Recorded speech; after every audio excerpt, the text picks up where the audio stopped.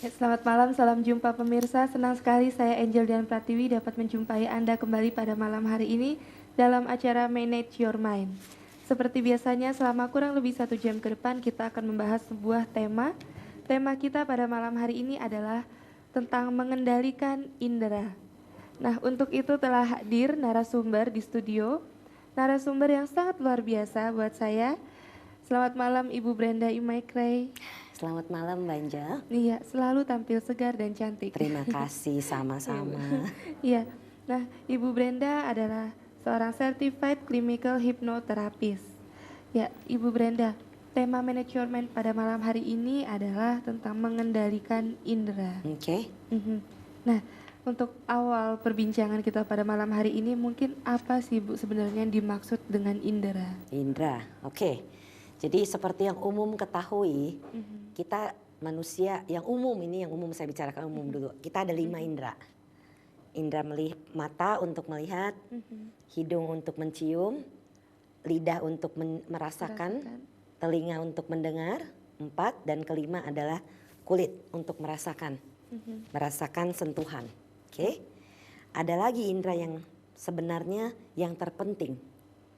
Itu adalah indera pikiran. Karena ini merupakan salah satu bentuk indera sebenarnya. Dan ini yang sering disebut orang sebagai indera keenam. Indera keenam. Ya, jadi kemampuan-kemampuan untuk mengetahui. Karena kemampuan ini ada di dalam bagian dari pikirannya itu. Sehingga itu yang menyebabkan dia bisa melihat yang tidak biasa dilihat oleh mata kasat. Bisa mendengar yang tidak didengar oleh telinga kasat, bisa merasakan apa yang tidak dirasakan oleh orang-orang biasa. Jadi ada orang yang punya indera keenam ini.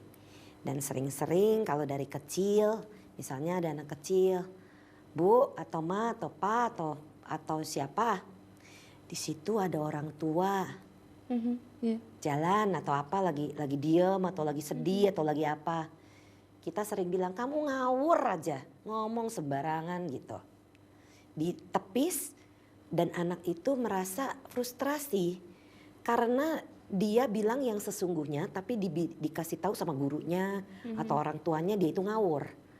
Padahal kalau misalnya dibawa ke ini baru kejadian minggu ini ada beberapa anak yang memang punya kemampuan itu.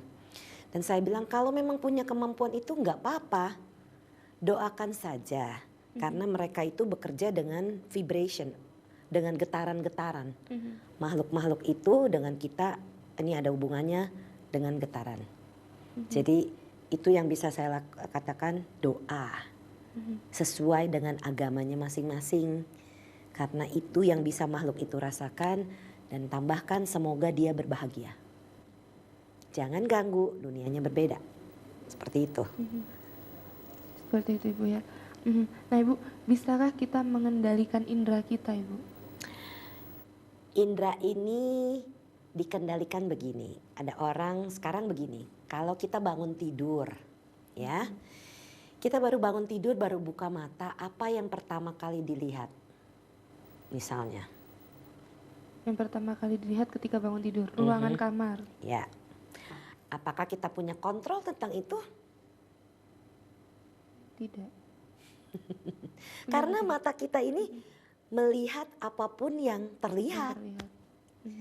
Jadi kalau misalnya kita kepengen tahu nih di bawah meja ini ada apa, kan kita harus melihat, harus menyibakkan ininya. Jadi kita bisa melihat. Jadi ya ini ada yang dibilang yang bisa kita kendalikan adalah yang paling bisa kita kendalikan. Mulut. Jangan berbicara, biarpun dia merasakan, ini lidah untuk merasakan, tapi yang bisa kita kendalikan adalah mulut, jangan sembarangan berbicara, seperti itu misalnya. Tapi ini ada hubungannya antara lidah dengan mulut, karena kalau lidah, contoh lagi yang paling yang bisa kita ini. Sekarang seandainya kita mendengar musik. Tetangga kita begitu kita bangun tidur, tetangga kita pasang musik bruk bruk bruk bruk bruk. Atau kita dibangunin kaget karena ada suara-suara musik. Apakah kita bisa mengontrol itu? Tidak. Tidak bisa. Karena itu hanyalah suara. Apapun yang dilihat hanyalah apapun yang dilihat. Apapun yang dicium ini adalah penciuman kita. Kita cuma bisa menghindar. Dalam arti misalnya tercium bau yang gak enak, kita ambil tisu, kita tutup hidungnya atau kita pakai masker. Cuma bisa itu. Tapi kita tidak bisa mengontrol itu karena hanya inilah. Tetapi yang paling indera yang terpenting yang kita bisa pikir, ini adalah pikiran. Yang kita bisa kontrol, kita pikiran, muncul pikiran-pikiran buruk. Itu pikiran jelek, buang. Kita pikirkan sesuatu yang bagus. Itu kita bisa punya kontrol. Berarti tadi mulut, lidah ya Bu ya, dan juga pikiran yang masih bisa kita kendalikan. Ya, Bu. dan tangan. Tangan. Perbuatan ini misalnya ada perasaan, nih sering-sering yang muncul adalah perasaan yang saya tangani. Perasaannya bawahnya pengennya mukul orang aja. Tangannya maunya maju terus. Ya, ini kita bisa kontrol. Tangan ini kita mau pukul atau tangan ini kita mau diam. Kita punya kontrol itu. Tergantung yang di sini pikiran kita. Jadi kalau dengan indera yang dilihat, didengar, dicium, dirasakan untuk lidah. Lidah ini pun kita bisa memilih kan. Kadang-kadang kita bisa memilih. Kita mau makan apa misalnya. Kita tahu rasa makanan apa yang kita suka itu yang kita pilih. Tapi kalau kita tidak punya pilihan. Misalnya hari ini mama saya cuma masak tempe. Tempe kecap misalnya. Tapi itu cuma ada di depan pilihan kita. Kita cuma punya pilihan mau makan atau nggak makan. Nggak makan lapar. Yeah. Jangan memaksa si mama untuk masak yang lain. Itu namanya tidak menghargai. Yeah. Jadi kalau kita memang tidak mau lapar, ya tempe kecap pun enak dirasa. Jadi kita punya pilihan itu. Jadi jangan sampai perasaan-perasaan kita ini mengganggu orang lain. Karena kita bisa mengendalikan ini dalam arti kita bisa menerima apapun yang kita lihat, apapun yang kita dengar. Seperti tadi musik itu kita tidak bisa kontrol. Kita cuma tahu, oh ya itu ada musik, orang itu lagi kesel mungkin. Ya sudahlah dia lagi kesel, biarin aja. Kita mengerjakan pekerjaan kita.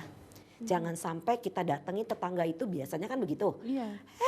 Kecilin gak bisa apa, marah kan. Nah begitu itu mulai datang, nanti seperti pingpong. Orang itu akan kesel dong ditegor.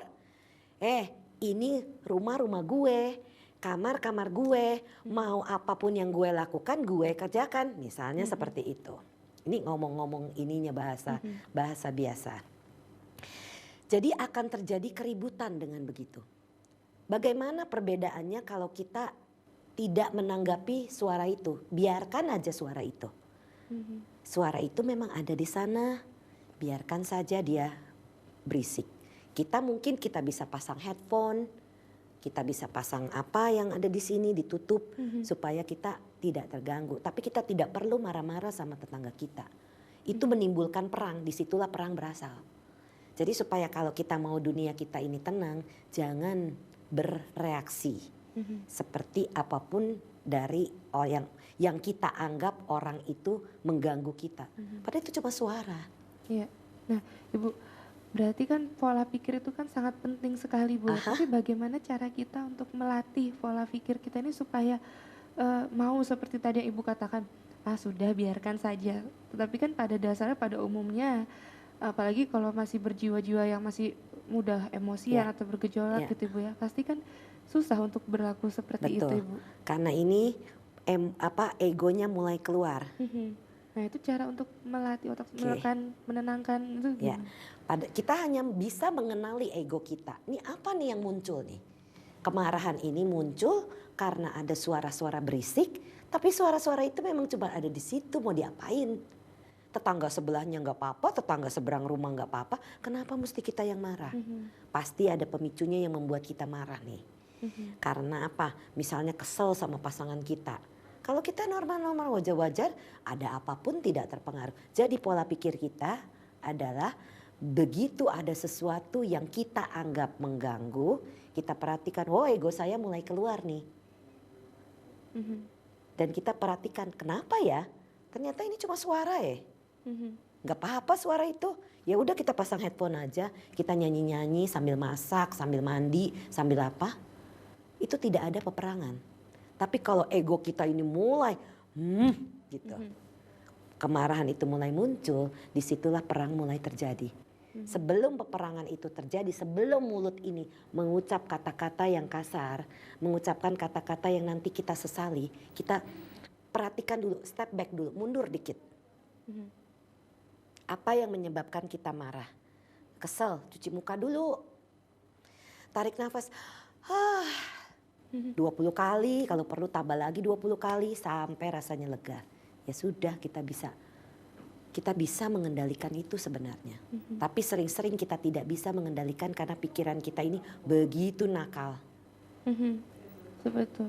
Nah, itu cara untuk iniin pikiran itu tadi dengan merilekskan diri dulu Ibu ya. Meditasi dulu supaya bisa lebih rileks, nggak gampang marah. Benar. Seperti itu Bu ya. Karena kalau kita meditasi, coba perhatikan pada saat kita duduk meditasi. Apakah kita bisa mengontrol apa yang kita dengar, apa yang kita kan kalau meditasi tidak melihat, tapi melihat ke dalam. Dan kemudian apa yang bau-bauan, misalnya ada tetangga masak atau Simbo masak atau mama masak di dapur, kita tercium bau makanan. Tiba-tiba ini pikiran mulai nih muncul. Waduh enak bener nih makanan. Waduh saya jadi lapar, meditasinya mogok. Yang ada lari ke dapur. Biasanya begitu. Jangan langsung bereaksi, tapi kita memikirkan, oh ya ini ada bau-bauan, biarin aja dia di situ. Kita lagi meditasi, itu pinggirin dulu. Ya, nah Ibu, sebentar ditahan dulu Ibu. Oke. Kita pariwara dulu. Oke. Ya pemirsa jangan kemana-mana karena menarik perbincangan pada malam hari ini. Setelah pariwara yang berikut ini kita akan segera kembali. Ya terima kasih pemirsa, kembali lagi dalam acara Manage Your Mind. Kita lanjutkan kembali bersama Ibu Brenda. Ya Ibu, manfaat apa yang didapat jika kita dapat mengendalikan indera kita tadi? Oke, kalau kita bisa merasakan manfaatnya adalah ketenangan. Jadi begini, sekarang seandainya kita lagi enak-enak di mobil jalan nih, contohnya saya di Jakarta saya nyetir. Tiba-tiba ini banyak yang motong, ini biasa ini ya, tahu sendiri Jakarta macetnya seperti apa, pernah tinggal di Jakarta pula. Jadi ini motong-motong, kalau pikiran saya ini langsung bereaksi, saya marah, saya uber orang itu. Mungkin saya maki-maki, mungkin. Tapi kalau pola pikir saya pikir, oh orang itu lagi mau buru-buru antar istrinya mau melahirkan. Biarin deh kasih jalan duluan, semua orang saya anggap istrinya mau melahirkan. Itu pola pikir saya jadinya, saya ganti itu. Karena kalau saya tidak berpikir seperti itu, saya jadi gila. Marah, kosel terus. Sampai rumah saya marah-marah lagi. Aduh. Tadi pada mobil brengsek ini kesel, marah, dilampiaskan pada keluarga. Keluarga nggak salah apa-apa. Akhirnya nanti marah juga. Dilemparkan, balik lagi, begitu lagi, jadi kayak pingpong. Kenapa kita mesti menciptakan seperti itu? Itu bermula dari kita. Sekarang kalau kita seperti contoh saya bilang, semua orang mesti mengantar istrinya ke rumah sakit. Ya udah saya jalan aja sebisa saya. Berhenti ya berhenti, jalan ya jalan. Kalau saya takut macet terburu-buru, saya usahakan datang siap-siap lebih awal. Kemanapun di Jakarta saya selalu siap-siap 1 jam di muka. Iya. Karena tahu sendiri macetnya seperti apa. Jadi biar lebih baik saya yang nunggu daripada orang menunggu saya. Seperti itu. Jadi itu mindset itu ada di dalam pikiran kita. Bagaimana kita bisa mengubah itu adalah kemauan kita. Dan pikirkan yang terbaik untuk saya dan keluarga saya dan lingkungan saya. Karena kalau saya terpengaruh dengan orang yang motong jalan itu, nanti sampai kantor bawahnya saya maunya maki-maki orang di kantor. Itu kan gak adil. Betul. Jadi sebenarnya kita bisa mengendalikan ini dengan meditasi, dengan ketenangan. Pada saat kita sudah meditasi, oh ya pikiran-pikiran yang gangguin apapun itu lepasin dulu. Bau-bauan apa biarin aja ada di sana, telinga mendengar biarin di sana. Kita sekarang meditasi ketenangan. Ada objeknya memancarkan cinta kasih atau memakai nafas. Kita memancarkan itu cinta kasih. Pada saat kita sering melatih cinta kasih, kita tidak sering akan terpengaruh oleh emosi kita. Kita lebih punya empati kepada orang lain. Seperti yang tadi. Tadinya saya gak bisa berpikir orang lain tuh mau bawa istrinya ke rumah sakit. Tapi saya pikir apa yang paling tepat supaya saya tidak terpengaruh. Dan saya waktu itu kenapa ya ada orang yang benar-benar bilang saya lagi mau antar istrinya. Jadi itu yang terus saya pakai. Dan benar dengan pemikiran seperti itu, saya nggak pusing orang mau nyalip saya. Dimaklumkan terus. Dimaklumkan, gak apa-apa biarin aja. Dengan begitu kita bisa ya sudahlah, selama itu tidak membahayakan kita. Kalau itu membahayakan kita, saya akan tung gitu, rem dan klakson. Karena itu penting supaya orang tidak nabrak kita. Takutnya kan kadang-kadang orang nyalip begitu, kita cepat pula bisa keserempet. Jadi kita bisa lebih waspada. Nah itu yang saya lakukan. Jadi itu membantu saya sehingga kalau saya udah pulang atau saya sampai ke tempat praktek saya tidak terganggu. Berarti manfaat dari mengendalikan indera kita tuh sangat banyak Ibu ya manfaatnya ya. Sangat banyak. Terutama pikiran. Berpengaruh di pikiran Ibu ya. Ya. Nah Ibu, apakah tujuan melatih indera kita Ibu? Oke, tujuan melatih kita ini dalam arti melatih pikiran. Yang dimaksud indera di sini saya anggap sebagai pikiran karena kita punya kontrol dengan pikiran kita, tapi kita tidak punya kontrol dengan apa yang kita dengar. Kita tidak punya kontrol apa yang kita lihat, kita tidak punya kontrol apa yang kita cium, kita tidak punya mungkin kita bisa punya kontrol akan apa yang masuk ke dalam mulut. Dan kalau suasananya panas atau apa kita tidak punya kontrol pula. Udara panas, mau hujan, mau apa, kita tidak punya kontrol itu. Jadi yang kita bisa kontrol adalah pikiran kita, mindset kita, bagaimana kita bisa merangkul suasana apapun. Ini kita bisa lakukan setelah kita meditasi. Kalau kita biasa meditasi, kita bisa lebih mengerti, memahami keadaan sekarang ini. Jadi misalnya mau hujan, hujan ya hujan, mau apa? Macet ya macet, bagaimana? Saya harus pulang ya saya harus bermacet-macet. Itu. Jadi mindset kita ini itulah tujuannya melatih pikiran kita supaya kita tidak cepat emosi kita ini terpicu. Kalau kita tidak memperhatikan pikiran kita ini, emosi kita akan sangat cepat terpicu. Jadi daripada kita membuat diri kita menderita, kesal, marah, sakit hati, itu semua menjadi pemicu-pemicu kemarahan bisa menjadi penyakit pula. Yang rugi siapa? Diri sendiri. Diri sendiri yang rugi. Jadi kalau kita mau pikiran dan badan kita sehat, pikiran kita ini duluan yang kita perhatikan. Jangan membiarkan pikiran ini. Nih sekarang saya kasih satu contoh, saya ketemu minggu ini ketemu dengan banyak orang-orang yang mulai masuk masa-masa pensiun. Atau mulai misalnya dia ada dalam suasana yang goyah di pekerjaannya. Mungkin akan dipecat, mungkin apa. Saya bilang lakukan hobi. Kenapa kita perlu melakukan hobi? Misalnya hobi Mbak Angel adalah merangkai bunga. Rangkailah bunga karena dengan merangkai bunga perhatian kita pada merangkai bunga dan kita menikmatinya. Siapa tahu dengan rajin merangkai bunga, ini bunga bisa menjadi bisnis. Betul. Hobi itu kalau dikembangkan bisa jadi bisnis. Hobi saya dari dulu itu seneng mendengarkan orang curhat. Dari saya TK, enggak TK, SMP lah kira-kira. Sama teman deket tuh mulai temen tuh curhat-curhatan begitu. Memberi saran. Iya, jadi saya bilang daripada begitu kita begini, apalah. Jadi hobi saya ini memang begitu. Dan ternyata waktu saya praktekkan, waktu masih di Amerika saya ambil hipnoterapi sebagai part time. Begitu pulang ke Indonesia, saya jadikan ini full time. Hobi ini dijadikan mata pencaharian. Dan bukan cuma saya sendiri, ada orang senang bertukang. Saya bilang, Pak, siapa tahu setelah pensiun Bapak bisa menerima order, bikin mebel. Betul. Tapi jangan diforsir. Kemampuannya hari ini bikin kaki meja, ya udah potong kaki meja.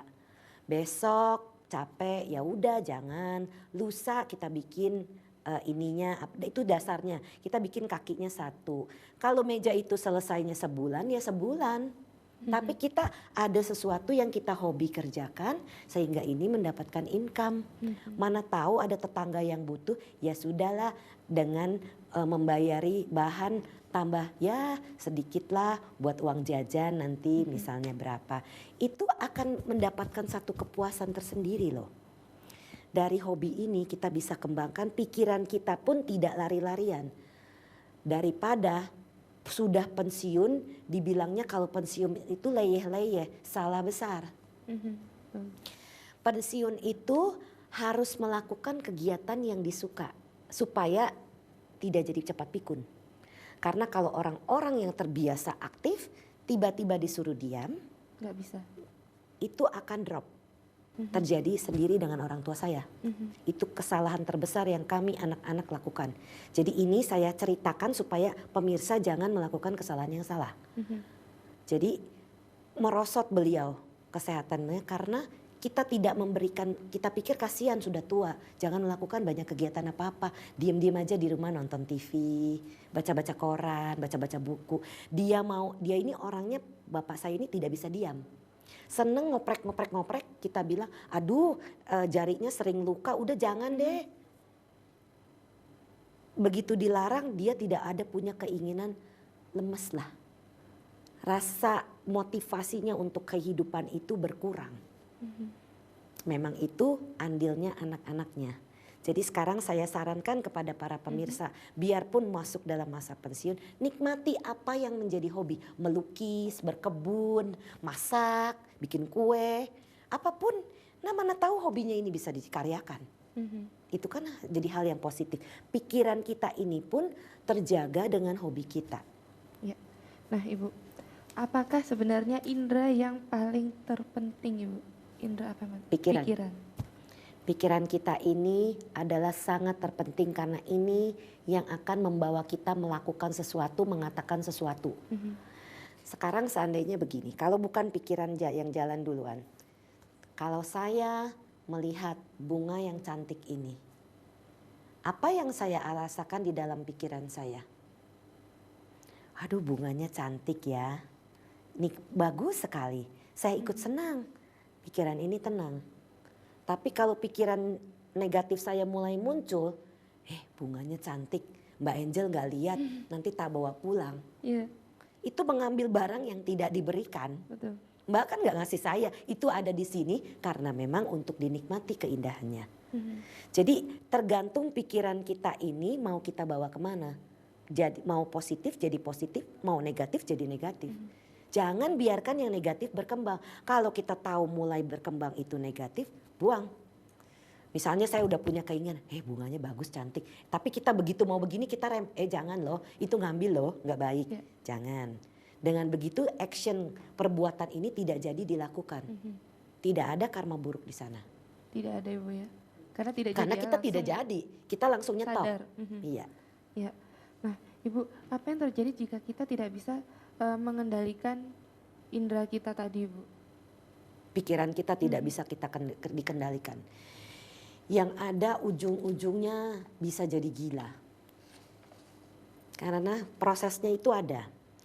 Seandainya seseorang ini tidak punya pekerjaan atau dia dalam kondisi kekesalan yang begitu memuncak. Dia kesel, apapun tidak ada semangat, yang ada dia tidur. Lemas kan orang begitu. Nah setelah lemas yang ada dia depresi. Begitu depresi tidak mau kena matahari. Dia tiduran aja, tidak ada semangat. Yang ada pikirannya yang terus menerus berputar. Pikiran ini dia ciptakan, pikiran ini bisa membesar. Tergantung kita biarkan dia membesar jadi membesar. Ya. Nah ditahan dulu Ibu, pikiran yang membesar nanti kita lanjutkan kembali Bu. Pemirsa jangan kemana-mana, setelah pariwara yang berikut ini kita akan segera kembali. Ya terima kasih pemirsa, Anda tetap setia menyaksikan Manage Your Mind. Bagi Anda yang baru bergabung, tema Manage Your Mind pada malam hari ini adalah mengendalikan indera.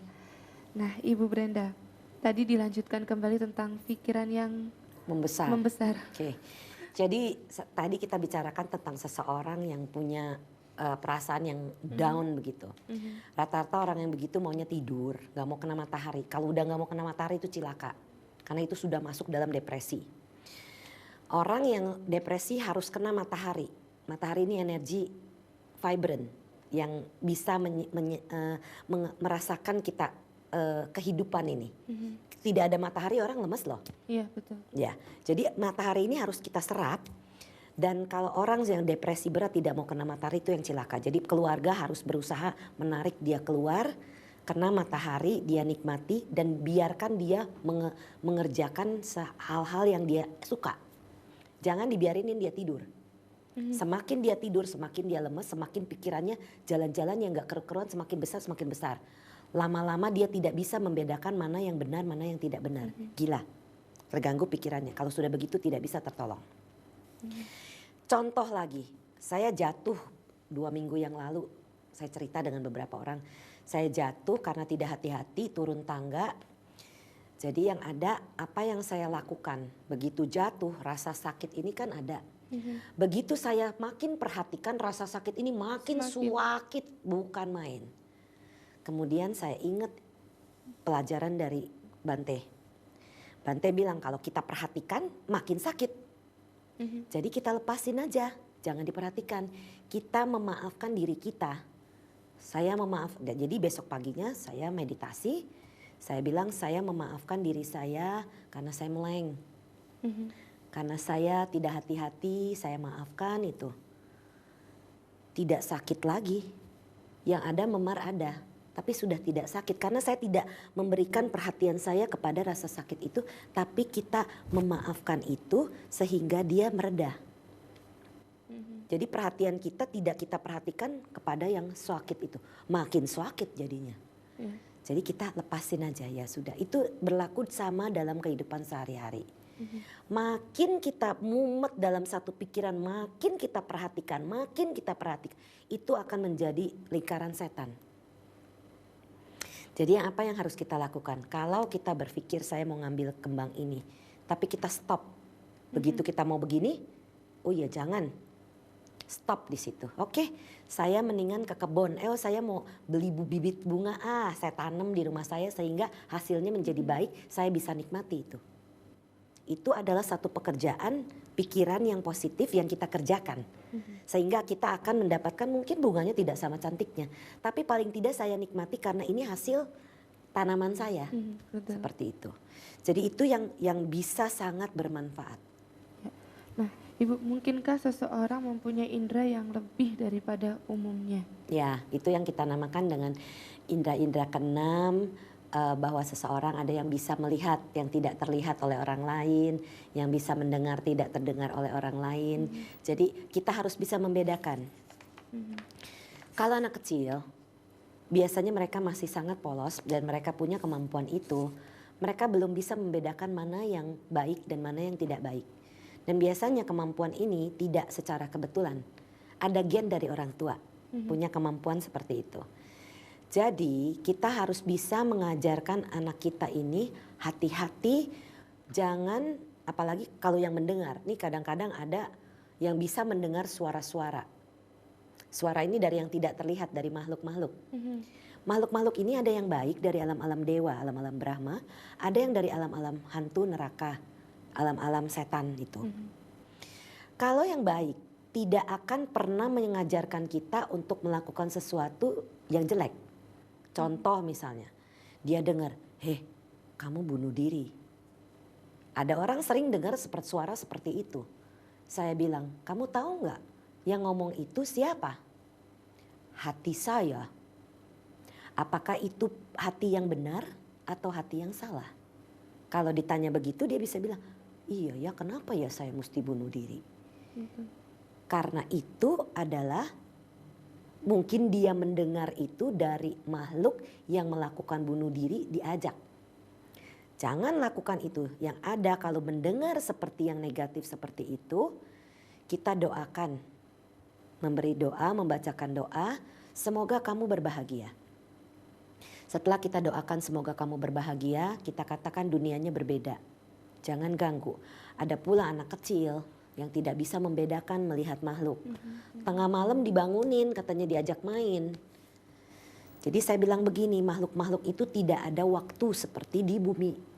Tidak kenal waktu. Tidak kenal waktu. Di sini adanya pagi, siang, sore, malam. Di sana waktunya semua sama. Buat dia apalagi dari alam-alam cahaya, semua bersinar, tidak ada waktu gelap. Jadi yang ada kalau dibangunin seperti itu kasih tahu, saya bilang ini di bumi waktunya malam, saya waktunya tidur, besok tak sembayangin kamu. Itu yang saya ajarkan kepada anak ini. Jadi jangan takut dan jangan diikutin.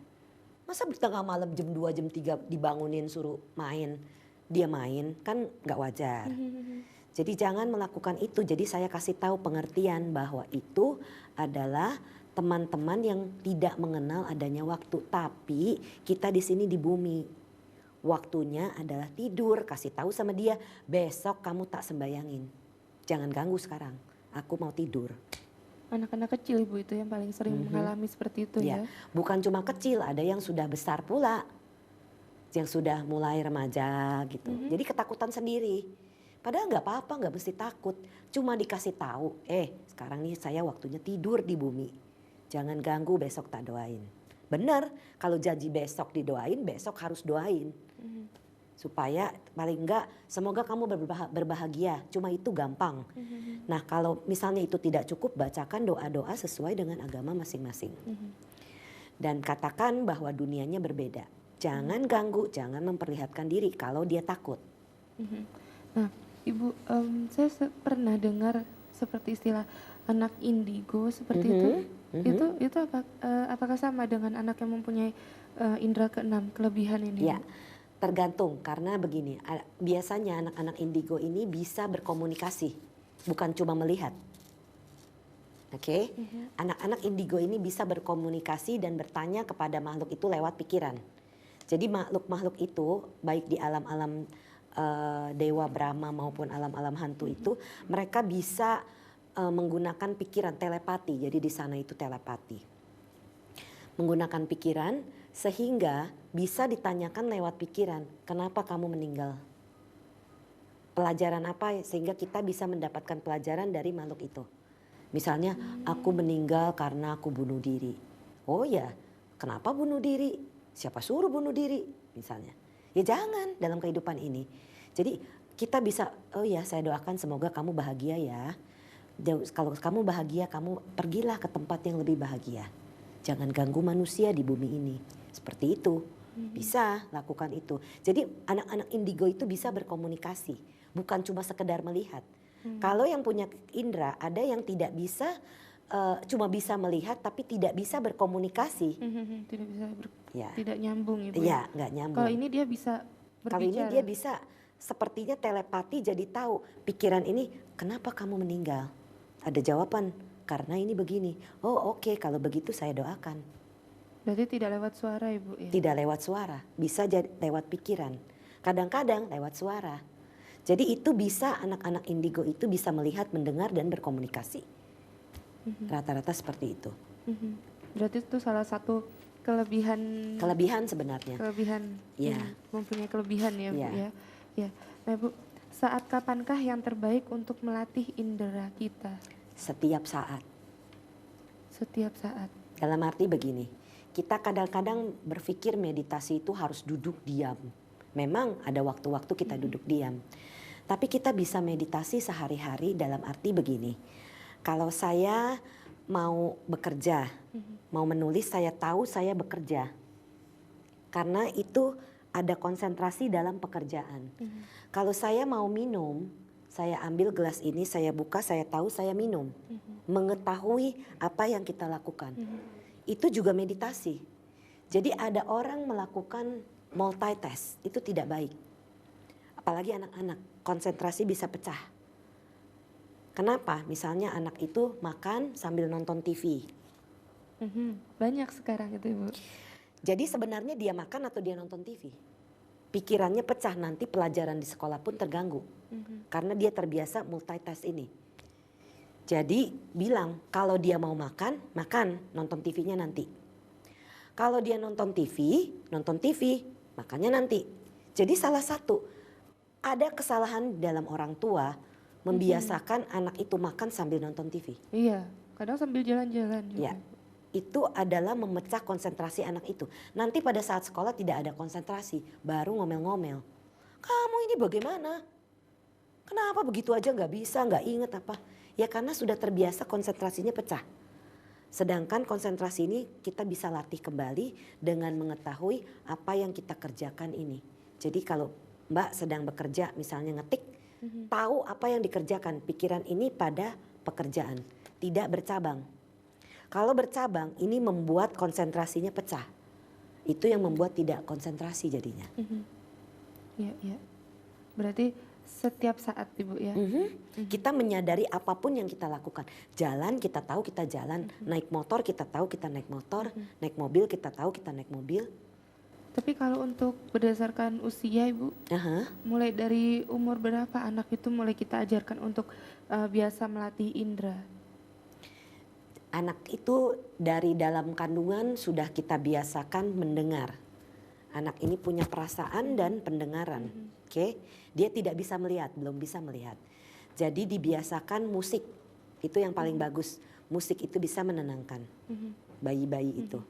Ya, ditahan dulu Ibu, nanti dilanjutkan kembali Bu ya. Pastinya sangat menarik. Ya pemirsa, setelah pariwara yang berikut ini tetap saksikan Manage Your Mind. Ya, terima kasih pemirsa, Anda tetap setia menyaksikan Manage Your Mind. Kita lanjutkan kembali perbincangan pada malam hari ini Ibu. Tadi tentang anak kecil Ibu. Ya, dari dalam kandungan. Jadi kalau bayi itu kita biasakan pendengarannya ini, kita membawa musik-musik tenang sehingga dia bisa tenang. Kemudian nanti setelah lahir kita mulai mengenalkan kan bentuk, warna, segala macam. Itu kita ajak dia bicara seolah-olah dia itu sudah mulai besar. Jadi kita membiasakan ini kecerdasan anak ini bisa kita latih.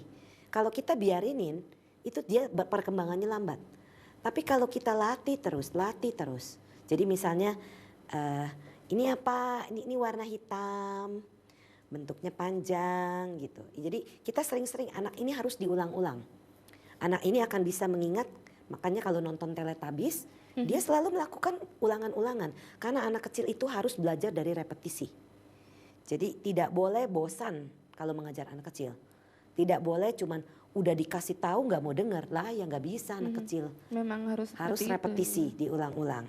Jadi dikasih warna-warna, dikasih bentuk-bentuk, itu mulai belajar dia. Sedini mungkin kalau dia bisa, misalnya dia punya mainan kotak, misalnya kan mainan anak-anak tuh ada yang kotak, ada yang persegi, ada yang apa. Ini dikenalkan, ini segitiga warnanya biru. Ini kotak warnanya merah. Jadi dia terbiasa tahu kotak merah, segitiga biru, lingkaran kuning gitu. Jadi dia biasa mengenal itu. Itu akan cepat melatih dia punya pembicaraan, penglihatan, pendengaran semakin, dan pikirannya kita bawa. Jadi kalau dia pikirannya mulai melenceng, kita kembalikan, tutup apa yang sedang dilakukan. Biasakan kalau misalnya makan tuh harus duduk. Jangan dibiasakan lari-larian. Itu yang banyak terjadi. Ya, itu yang sering, itu merupakan kebiasaan buruk nantinya. Jadi kalau kita melatih anak kita sedini mungkin, itu akan menjadi satu kebiasaan yang baik. Betul. Ya, berarti dari sedini mungkin sudah bisa diajarkan Ibu ya untuk melatih. Nah Ibu, apakah seseorang dapat hidup berbahagia jika kehilangan salah satu inderanya Ibu? Mengapa tidak? Banyak orang-orang yang tidak punya mata, tidak bisa melihat. Tetapi pendengaran dia dan yang lainnya, Stevie Wonder contoh. Dia buta tapi dia pintar bermain musik, bernyanyi pula. Kenapa dia pasti bisa menikmati. Biarpun tidak bisa melihat tapi indera lainnya pasti tajam. Kalau dia ada pemusik, kenapa yang tuli? Beethoven kalau nggak salah. Dia tidak bisa mendengar tapi dia bisa memainkan piano itu dengan sangat baik karena dia gunakan perasaan. Jadi itu bisa, jangan sampai membuat kekurangan itu menjadi satu penderitaan, jangan. Justru kita menggunakan kekurangan kita sebagai sesuatu yang bisa kita hal lain. Misalnya saya ini tidak bisa bicara misalnya. Apa yang bisa saya lakukan? Berbuat baik misalnya, mengkreasikan sesuatu. Saya sering menerima postcard dari anak-anak yang tidak punya kaki atau tidak punya tangan, melukis. Itu luar biasa, itu harus kita dukung. Karena dengan kita memberikan apresiasi kepada mereka, mereka punya percaya diri. Oh, dengan tidak punya tangan, biar dia punya kaki bisa melukis, dia bisa lakukan itu dan dia punya kebahagiaan di sana. Karena itu menjadikan satu percaya diri, motivasi bagi dia bahwa dia bisa melakukannya. Betul. Jangan membiarkan kekurangan kita itu menjadi satu hal yang saya ini buta, saya ini tuli. Jangan. Gunakan kekurangan kita menjadi sesuatu yang luar biasa, berbeda dari orang lain. Sehingga kita bisa merasakan pula hasil manfaatnya. Ya, jadi walaupun kita mempunyai kekurangan indera, tapi kita harus bisa tetap bahagia Ibu Iya, ya. betul. Dengan bisa terus berusaha Iya, lewat yang lainnya. lewat indera yang lainnya. Iya. Ya, nah Ibu, sejak kapankah sebenarnya indera yang kita miliki itu ada Ibu? Pikiran dan perasaan itu muncul sejak dari dalam kandungan. Kenapa saya bisa katakan ini? Karena kalau saya menggali seseorang yang tidak punya percaya diri atau emosinya bawanya maunya meledak aja, itu sering terbawa dari dalam kandungan. Seorang anak akan tahu pada saat dia mau digugurkan. Seorang anak merasakan pada saat ibunya itu diem aja di kamar atau diem aja di rumah. Tidak mau keluar bersosialisasi. Itu membuat dia kurang percaya diri. Jadi kita ini membiasakan pada saat kita hamil ini kita biasa melakukan kegiatan sehari-hari. Jadi itu mulai terbentuk pada saat dia mulai terbentuk. Kalau ditanya, kalau digali kita bisa bertanya. Di saat hari keberapa atau minggu keberapa dia itu masuk ke dalam kandungan. Dia bisa cerita. Merasakan ini. Selama dia tidak menggunakan logika perasaan dia. Karena perasaan itu sudah mulai ada dari dalam kandungan. Bayi itu merasakan apa yang ibu rasakan. Pastinya Ibu ya. Oh iya. Sangat merasa, Iya. Bisa sangat menyatu merasakan. dengan Saya tidak pikiran akan Ibu. berani berbicara kalau saya tidak pernah membuktikan itu lewat klien saya. Jadi karena saya merasa biasa membantu orang-orang itu dengan kesana dan setelah itu mereka merasakan perbedaan. Jadi kita tahu, oh iya memang ternyata dari dalam kandungan itu benar dia merasakan sesuatu. Nah Ibu, manakah yang lebih penting Ibu, melatih pikirankah atau indera kita kah? Pikiran adalah sesuatu pelopor dari segala bentuk. Seperti dalam tema ini, kita adalah semua berasal dari dalam pikiran. Sehingga pikiran ini yang sangat penting untuk kita manage. Bagaimana cara memanagenya? Kita bisa memperhatikan dengan kegiatan kita sehari-hari. Juga duduk bermeditasi, juga melakukan pada saat kita mau minum, kita tahu kita mau minum, pada saat kita mau mandi, kita tahu kita lagi mengangkat gayung atau showeran itu, kita tahu pada saat kita menyabun. Karena kalau kita tidak menyadari itu, misalnya udah sabunan, pikiran kita lari-lari. Nanti kita bingung, tadi udah sabunan atau belum ya? Iya betul-betul, terkadang suka lupa gitu Ibu ya. Karena pikiran kita tidak sedang dalam pekerjaan yang kita lakukan. Itulah sebabnya kita harus melatih pikiran kita. Kita mengetahui apapun yang kita kerjakan. Kita makan, kita tahu kita makan, nikmati perasaan itu. Rasa nikmat dari rasa makanan kita. Dan kita tahu makanan ini membantu kita sehat sehingga kita bisa membantu banyak orang. Jadi seperti itu, kalau kita latih terus, ini akan menjadi satu energi positif buat kita dan orang-orang seputar kita. Karena kita mempengaruhi orang-orang seputar kita. Iya. Nah Ibu, kalau misalnya orang yang tidak pikirannya sudah tidak berjalan gitu Ibu ya, atau apa yang seperti yang di rumah sakit jiwa itu Ibu, itu apakah karena kehilangan indera pikiran Ibu, indera keenam tadi Ibu? Karena dia, yaitu yang saya bilang tadi, kalau kita membiarkan orang depresi tiduran diam aja di rumah, malah ada yang dipasung. Iya, Kalau terkadang di desa-desa ada gitu anak ya, kecil gitu bahkan Ibu ya. dipasung. Kasihan. Dipasung. Sebenarnya mula-mula dia tidak gila, tapi lama-lama jadi gila. Karena apa? Dia itu tidak dimengerti oleh orang tuanya dan mengerti bagaimana cara mendidik anak yang punya kemampuan beda. Misalnya anak ini seperti yang saya bilang punya kemampuan melihat makhluk atau mendengarkan makhluk atau berkomunikasi dengan makhluk. Dipikir orang tuanya atau lingkungannya gila. Ada pula gurunya bilang, kamu gila ya ngomong sendirian. Anak itu percaya pada omongan orang besar. Tidak gila jadi gila. Nanti dia tidak bisa membedakan mana yang benar, yang nyata, mana yang tidak nyata. Jadi makhluk-makhluk itu menjadi temannya, makhluk itu nyuruh apa dia ikuti. Salah pula. suruh bunuh diri, dia ikut bunuh diri.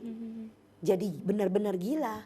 Karena dia tidak dibawa mengerti pada saat dia mengalami sesuatu, tidak dimengerti. Ini juga kenapa orang-orang sebagai seorang yang biasa membantu orang-orang yang punya masalah dengan jiwa, kita harus punya empati dan bisa mengerti. Tapi jangan membawa masalah orang itu ke dalam energi kita. Kalau energi kita ini, saya kalau satu hari terima 4 orang. Orang itu punya masalah semua. Kalau saya tidak bisa lepaskan, saya bisa jadi gila. Tapi saya lepaskan, ketemu satu orang saya lepaskan. Tidak mau saya bawa-bawa. Tidak adil untuk orang berikutnya. Betul. Karena energi orang pertama, kalau saya sebagai terapis tidak bisa mengolah energi, saya bisa membawa masalah orang pertama kepada orang kedua. Masalah satu orang pertama dan kedua dibawa ke orang ketiga. Yang kesian yang terakhir. Ya, betul. Kalau saya tidak tahu caranya. Tapi kalau kita sebagai terapis, orang-orang yang dokter, psikolog, psikiater, itu kita harus tahu bagaimana cara menjaga energi kita dan membantu klien pasien kita sebaiknya. Jadi itu yang kita bisa bantu mengerti jiwa seseorang. Kalau kita sudah dalam profesi ini, kita harus menjalankan sebaik-baiknya. Karena saya sering mendengar klien saya bilang, mereka ke dokter tertentu, saya tidak mau sebutkan profesinya apa. Cuma dibilang apa masalahnya, takut. Buka resep, nih. Tanpa mendengar ketakutannya ini apa dulu. Tanpa mengerti dengan jelas apa permasalahannya. Jadi kita harus sebagai orang yang terbiasa berhubungan dengan orang, kejiwaan orang, harus mengerti dan gunakan empati itu, tapi jangan bawa energi orang-orang itu kepada energi kita. Kita harus bisa mengolah energi. Iya. Nah mungkin Ibu karena waktunya juga sudah mau habis ini Bu, mungkin ada pesan-pesan Ibu seperti biasanya?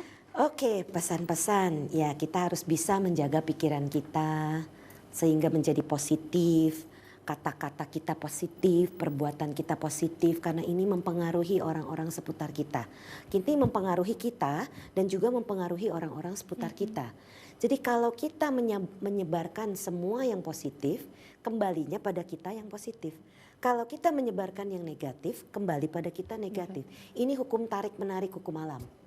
Sudah memang seperti itu.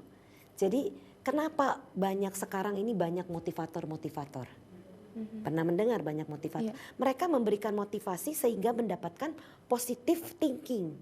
Pikiran ini harus dibawa positif sehingga terjadinya perbuatan, kata-kata dan pikiran ini menjadi positif. Manage pikiran kita. Ya. Terima kasih sekali Bu Brenda karena pada malam hari ini sudah mau membagikan lagi pengalaman sharing tentang indera ya Bu ya. Ya terima kasih Bu. Semoga kita masih bisa bertemu lagi. Semoga kita bisa Ibu. Ya. Nah pemirsa, karena waktu juga sudah habis, akhirnya saya Angel Dian Pratiwi dan segenap kru Dama TV yang bertugas mengucapkan terima kasih atas perhatian Anda. Saksikan terus Manage Your Mind setiap hari Selasa pukul 7 malam sampai dengan 8 malam. Mind is not everything, but everything is from mind. So manage your mind. Sabe sata bavantu sukitata, semoga semua makhluk berbahagia.